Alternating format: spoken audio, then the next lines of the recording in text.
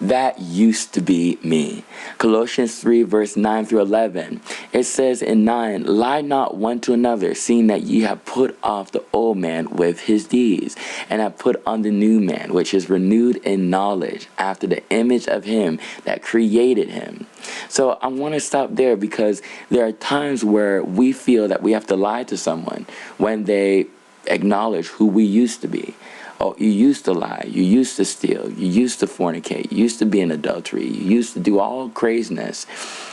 But we have to acknowledge who we are, that we could also, and the people of the world could also, understand the power that has become part of us.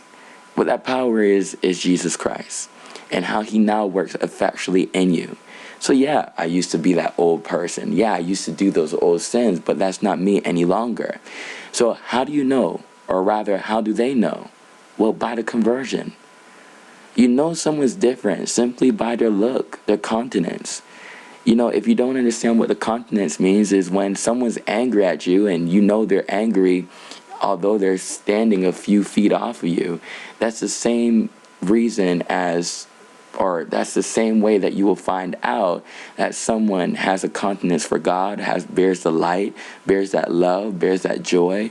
You know, when you look at someone and you say, well, why are you so happy all the time? And, you know, you don't understand what they're saying because you just feel normal.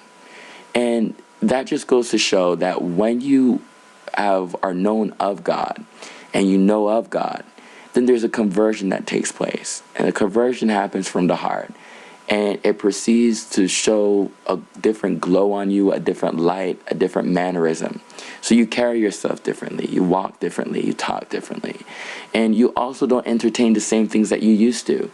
And neither should you want to. The standard has been raised, and you feel that you're meeting those standards and you're reaching that height of perfection. And as doing so, you cannot stand for people cussing and using bad words and vanities, you know, in your presence. Well, why would I say in your presence? Well, because now he says, Jesus Christ I'm speaking about, he says, now I abide in you and you abide in me. So you have to watch what you entertain. And so as we read forward, you understand a bit more of what I'm talking about and how it really doesn't matter who you used to be, but it surely does matter who you are now.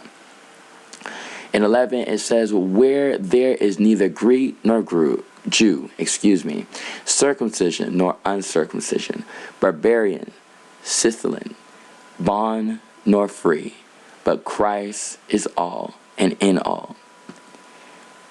That just goes to show. It doesn't matter your background. It doesn't matter where you were raised. It doesn't matter if you didn't have a dad or a mom to be there.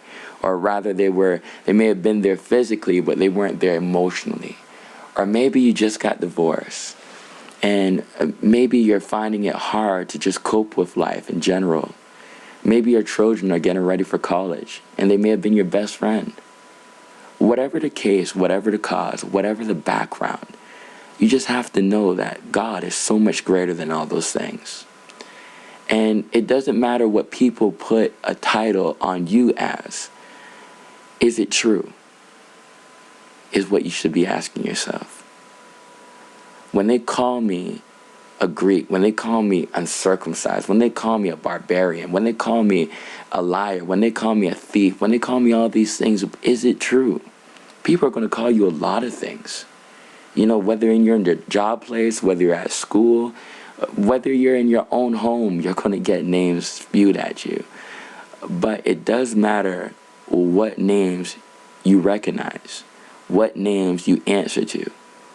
If your name is Sean, when I call you, you should answer.